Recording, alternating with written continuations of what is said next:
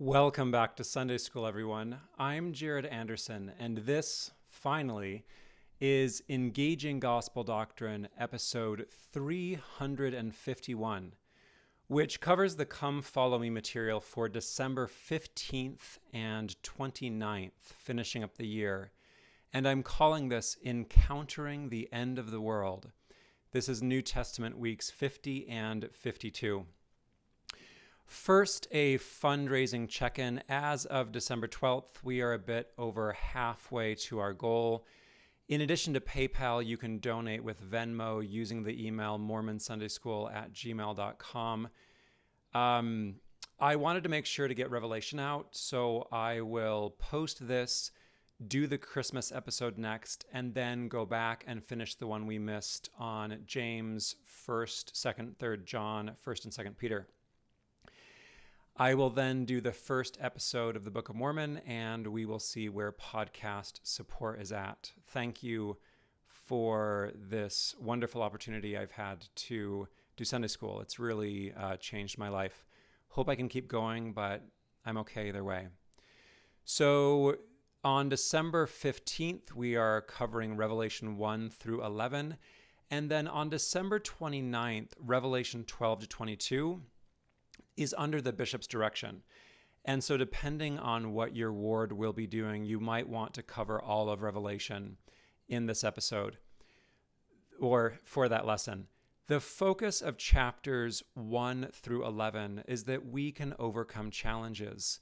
We can learn our struggles, what we need to overcome, and then engage. So we could call that proper assessment.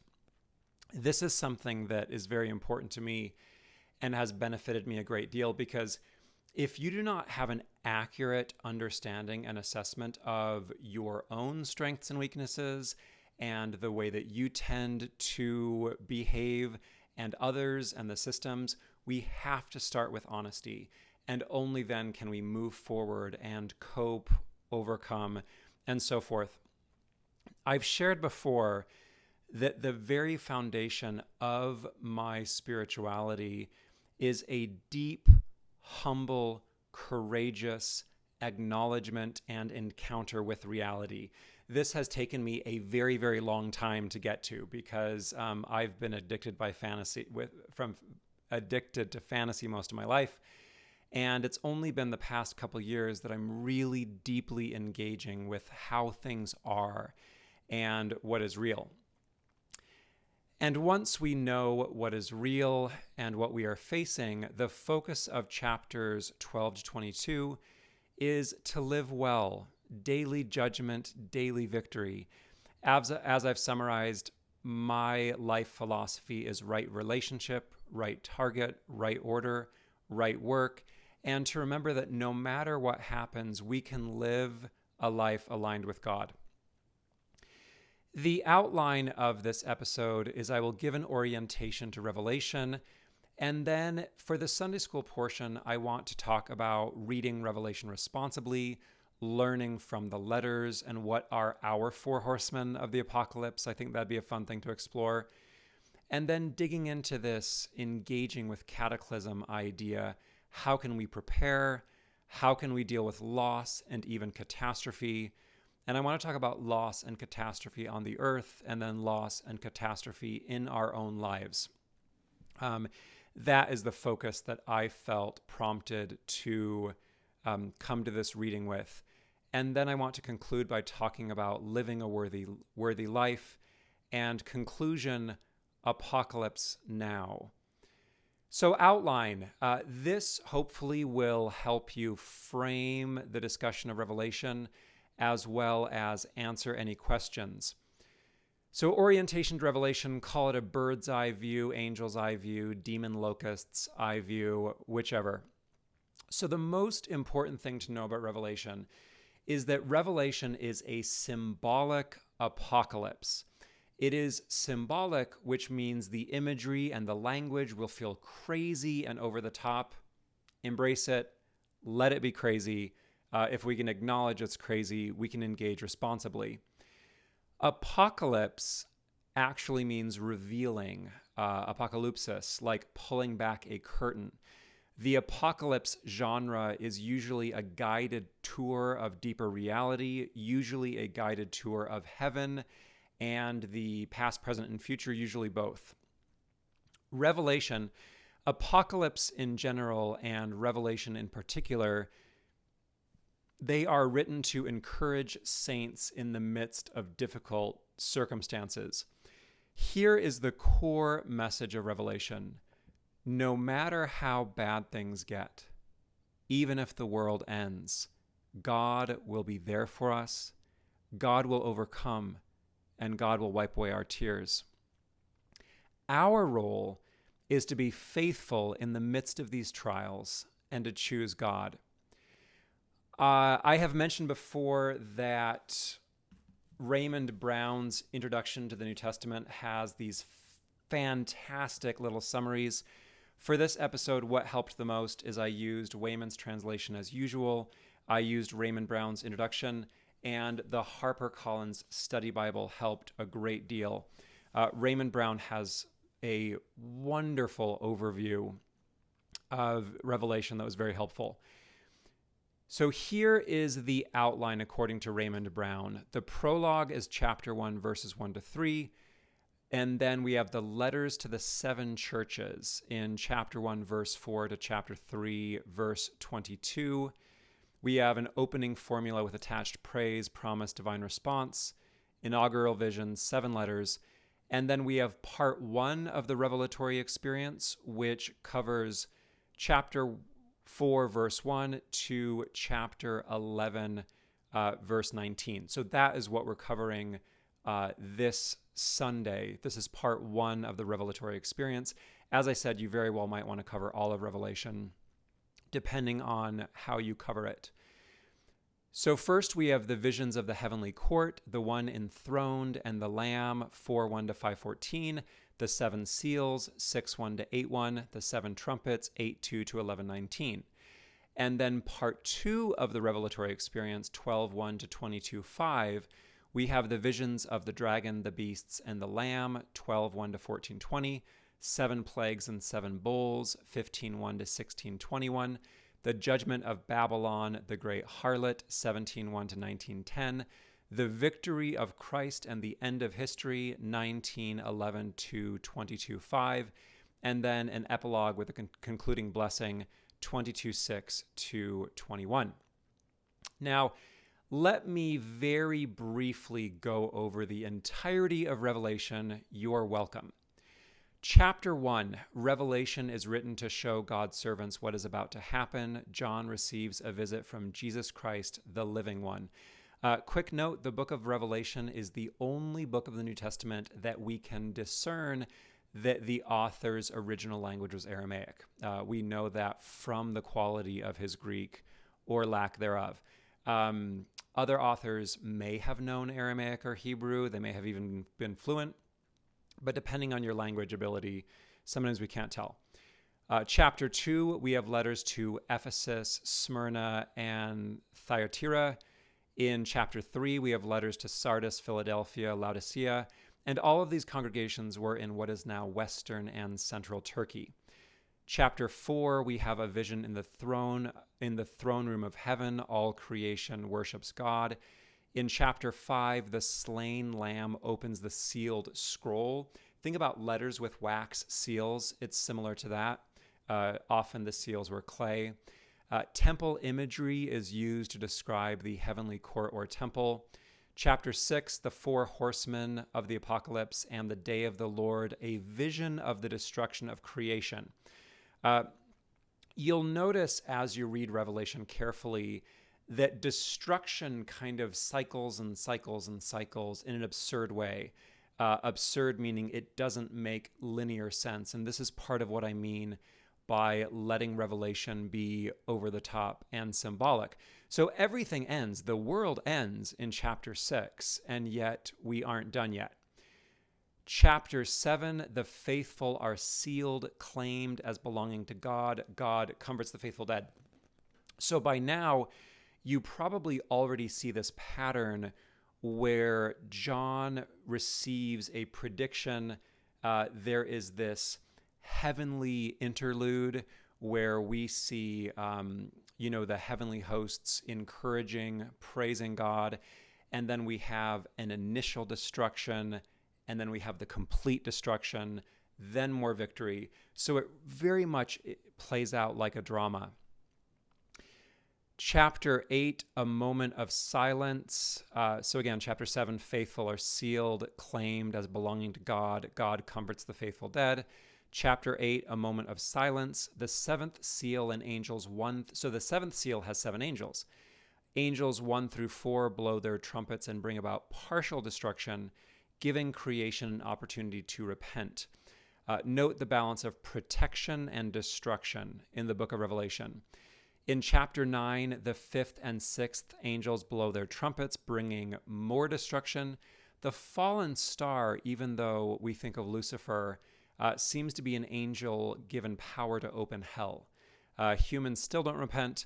Chapter 10, a mighty angel gives John the scroll, which is his prophetic calling. He eats it, sweet in the mouth, bitter in the stomach. Chapter 11, 2 martyrs that are described as or portrayed as either Moses and Elijah or Enoch and Elijah, representing the witness of the church, whatever else they represent. Again, these 2 powerful figures represent the fact that the faithful of the church are going to seemingly die or even literally die, and yet they will be vindicated. This also is the central theme of Revelation, as we talked about, is that no matter what's happening, no matter how bad it gets, even to death, God's vindication and victory is sure. The 7th trumpet is blown, representing the complete destruction of those who destroyed the earth and complete victory of God, more temple imagery. And then with chapter 12, we have part 2, different cast of characters, different imagery. The pregnant woman and the dragon, this is patterned after Apollo's birth. Michael fights the dragon fights the woman represents Israel, the child is the Messiah, the dragon is Satan. So there's a bit of a key for you. Chapter 13, the first beast represents the Roman Empire. The 8th king is likely represents Domitian, who persecuted the Christians, one of the first official persecutions of Christians. The second beast is a false Messiah parody of Christ. 666, didn't you want to know what that means? 666 is gematria, which means the numerical value of letters. And Nero Caesar adds up to 666. Nero infamously fiddled while Rome burned and blamed the Christian. This is like 64, 65. And it's what led to the death of Peter and Paul, as best as we can tell. Nero blamed the Christians, tortured, killed them in creative and terrible ways.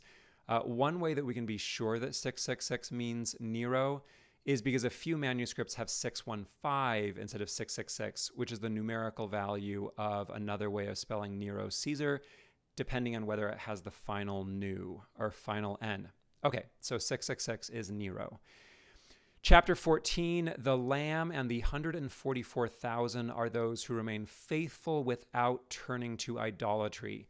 Again, we have this balance of destruction, catastrophe, promise, and encouragement. 3 angels declare the gospel shared to all the world because judgment has come. God promises that those who die in the Lord will be blessed. The Son of Man and angels harvest the earth with judgment. Battle Hymn of the Republic. Chapter 15, another intermission in the heavenly court temple, a hymn of God's victory. Angels prepare to release 7 plagues.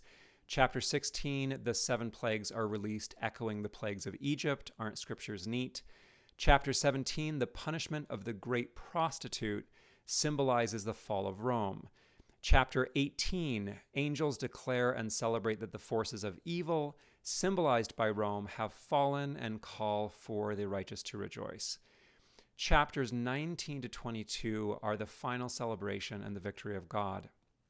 Chapter 19, those in heaven worship and praise God. Instead of the 4 horsemen, we have Jesus on the white horse. There's a final battle with a final victory, and the marriage feast is one of judgment. Chapter 20, an angel chains Satan for 1,000 years. This is where we get the idea of the millennium, the morning of the first resurrection, and so forth. Very important for the Doctrine and Covenants. First resurrection, Satan is released, then conquered forever. I think about this as an epilogue to the war in heaven and maybe even a cycle.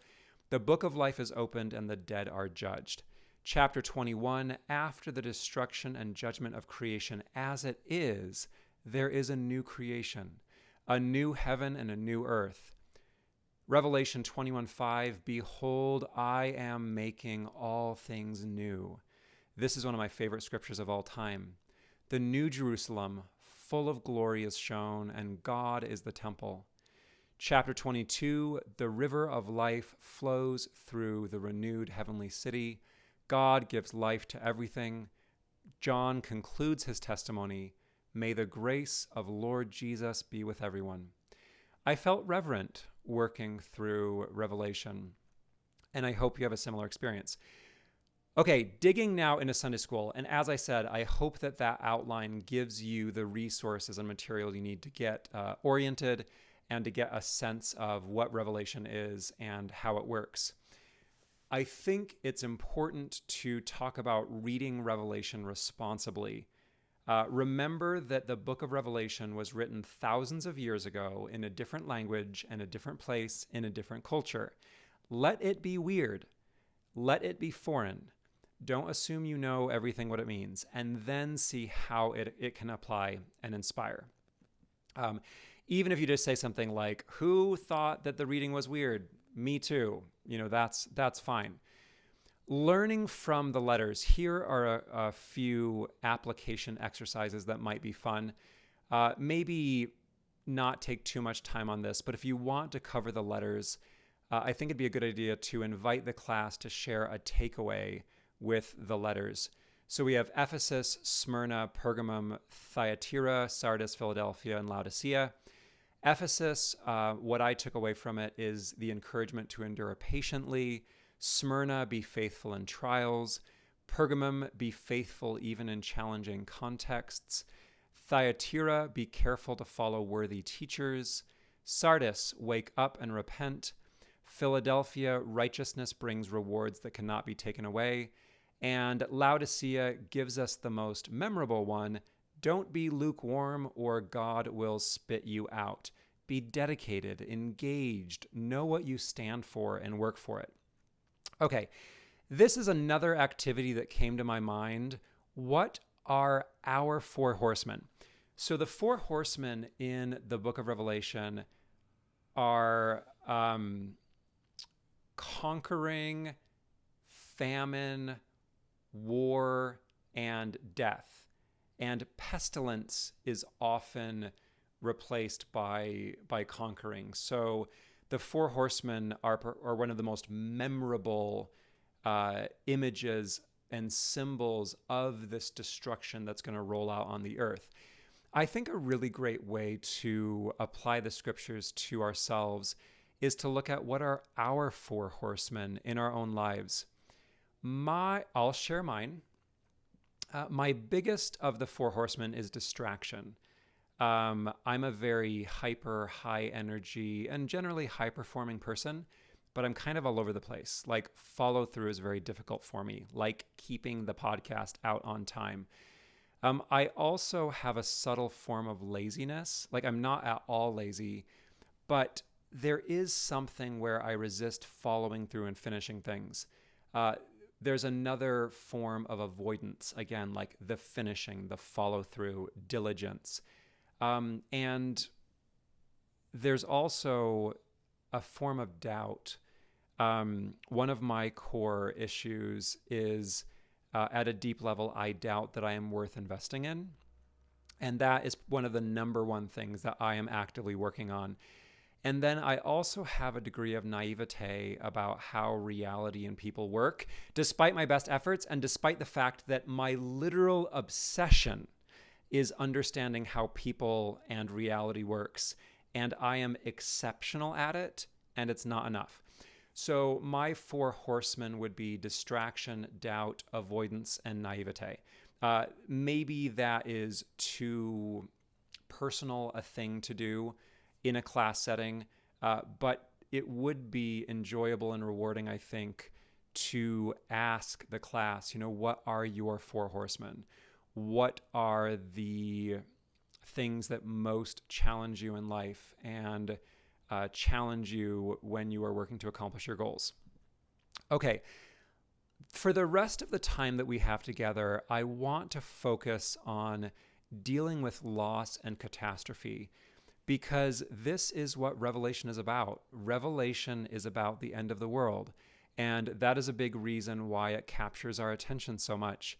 And I want to talk about loss and catastrophe as it is now and in our own lives. One more thing, I wish I'd said this earlier, but one more thing about dealing with Revelation responsibly. I'm grateful that President Packer talked about the second coming not coming right away. Maybe it will come in our grandchildren's time. Maybe it will come later. My favorite question when it comes to the timing of Revelation is, what if the second coming doesn't happen for another 2,000 years? We can take seriously the fact that people have believed that the second coming was going to arrive in their lifetime every single generation for the past 2,000 years. I think it's worth asking, what if Jesus isn't going to return for another 2,000 years? And I think that puts things in good perspective. It puts our responsibility on us. So let's talk about loss and catastrophe on the earth. As I read Revelation, what is actually happening in the world today sounds much like the partial destruction described. We can debate timing and severity, but our actions as humans are right now changing the world in radical ways that we need to deal with in the next decades. My favorite summary is that we are currently in a race to the death between innovation and cataclysm. I am fully confident that storms, natural disaster, high temperatures, disease, all of these things that feel very, very apocalyptic, and they're going to increase and increase and increase. And I have hope. I have hope that we humans will be able to innovate our way out of the worst of it. But pay attention to the news. And even though our problem solving is getting better and better than it ever has, things are going to get really, really difficult over the next couple decades. And we need to face the fact that our resistance to talking about climate change, it has to do with our psychological and emotional fatigue and fear, not the limitations in the science. Climate.gov has a really great summary. I came across an article that made me think of Revelation, the poisoning of the waters. Our oceans are running out of oxygen. One thing that really struck me as I read is that we are the woes of Revelation. Really good friend of mine summarized a few of the consequences. This is her major. She said, we are increasing our emissions, which traps heat close to the surface and raises land and water temperature. This forces migration and extinction for animals and plants and causes droughts and heat stroke for people. Then pollution and water pollution can kill plants, animals, and people with waterborne diseases or metal toxicity, or algal blooms and leach into the groundwater and permeate for a long time. And the scariest thing that I've heard of so far is global seafood web collapse. We're very close to this. Overfishing is throwing off the balance of the ocean's food web. If it collapses, about a fourth of the undeveloped world will be without their primary protein source. And then the way that we handle trash, there's nowhere to put it, and it breaks down just enough that we can't see it, and so it's in our food and water and everything. We are poisoning ourselves, we are poisoning plants, we are poisoning animals, we're poisoning the earth. And as I said, I hope that you will open up to this. We have a overwhelming resistance to this kind of thing. research it yourself, pray about it. And note that I'm not making any particular predictions. I do take very seriously the fact that what is most vulnerable right now is our global interdependent infrastructure. And I think that is what is going to go first. And I would not be surprised if this normal way that we're living, which is only enjoyed by a minority of humans, half of the world lives on less than $2 a day. We need to take that very seriously. Okay, so take seriously the fact that we are endangering the planet, and it is up to us to handle it. So what do we do about it? This is very important. How can we prepare? And this is an area where we have a tremendous amount of resources. This is one of the very best things about our tradition, I think. Lots of teachings in our church, in the church about this. We need to take very seriously the fact that our current economy runs on debt, distraction, and immediate consumerist gratification. I know that I need to get a budget app going. We are disincentivized to engage. Remember, I said the place, like some of you may be uncomfortable listening to this. Good. You should be. It's true. So what to do about it? We have heard the lessons. Live within our means, prepare how we can, garden if we can. I'm excited to start a garden in my backyard next year. Be responsible. One of my favorite things about working hospice is I can interact with those and learn from those of the Depression and World War II era. I love the saying, use it up, wear it out, make it do or do without. And again, we need to be very frank and serious about the fact that our current global economy, and I would call it our global religion, runs on things made to break. It runs on unsustainable, debt-driven consumerism. And leaders of the church and the gospel call us to a different path. So again, I think the strongest foundation is at the level of family and local community, which is why wards are such a blessing. So in sum, really scary things are happening at a global level. And the very best thing that we can do is to be responsible in our own lives, in our families, and in our local communities. As disaster continues to unfold, I have no doubt that the church is one of the single best organizations prepared and able to handle this.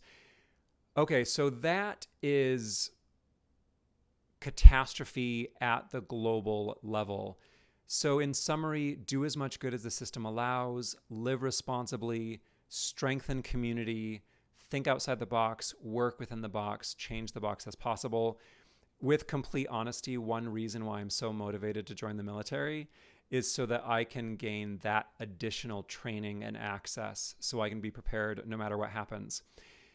For the rest of the time, I want to focus on loss and catastrophe in our own lives, because as easy as it is to get caught up in the end of the world, I mean, that's really, really exciting, and it certainly gets our attention. The truth is that the world ends all the time. We face loss and catastrophe regularly, many times, even in an ordinary life. I will share that, just this past week has felt like the end of the world to me. And that's just part of being human. Nothing motivates more than pain and loss. And my prayer is that we can use this pain.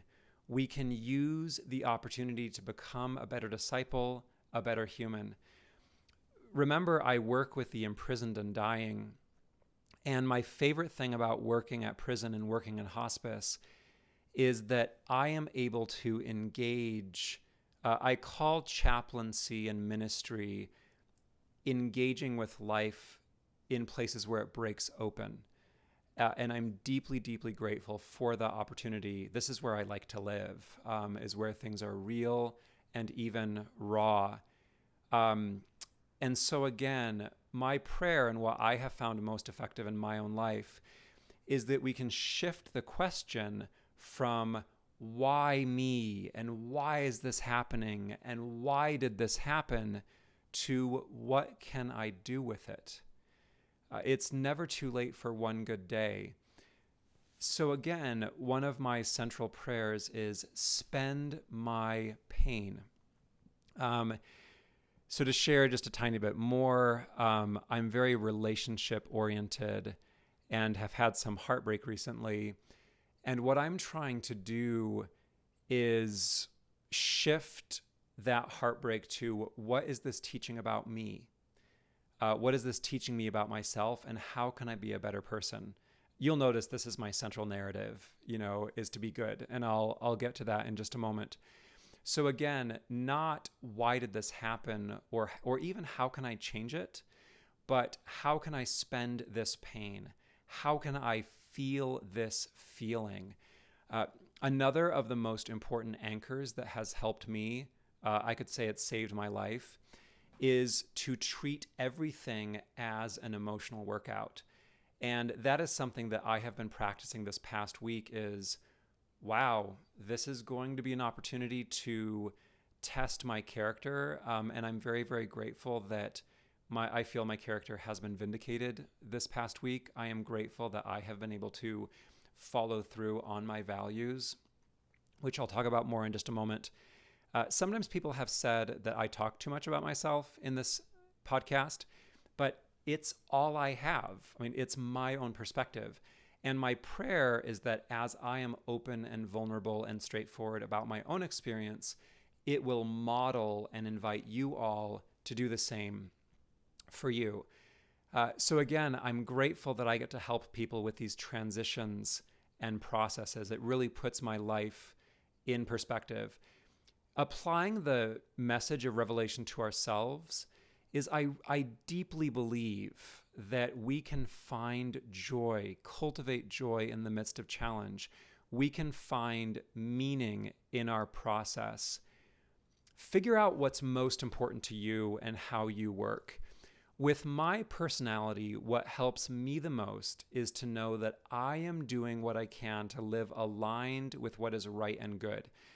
If anyone knows the Enneagram, I'm a 1-wing 2, which means that I'm a reformer. I want to fix the world, and then I'm a healer. Similarly, with Myers-Briggs, I'm an INTJ, ENFJ, which means that I'm the mastermind. I want to put the puzzle together in a way that it works. And then once the puzzle is together, I want to engage and be a warm healer. So for me, no matter what happens, no matter how hard things are, and they are tested and they have been tested, as I said, this past week has been particularly difficult, my vows are to treat people as people. It's a surprisingly high bar, simple and difficult, to respect the process, to respect systems, at least enough to work within them and take seriously how it all works. Next, I want to focus, and this is what I hope will be your takeaway. How do we deal with the catastrophe and loss of life? This is literally my training. This is literally what I do as a chaplain, is I help people deal with loss and catastrophe. I deeply believe that we can live a worthy life. That is my deepest takeaway from Revelation. I call this living with perfect form, or at least good enough form. We can't control what will happen to us. A single moment or mistake can change our lives forever. I think about my youngest brother who broke his neck at 15, and he is a quadriplegic. That one moment changed the rest of his life. Or just recently, I've been dealing with my oldest daughter's the consequences of a car accident she got in where she was driving without insurance, ran a red light, and hit an old couple. It could have been much, much worse, but she's digging in and dealing with that.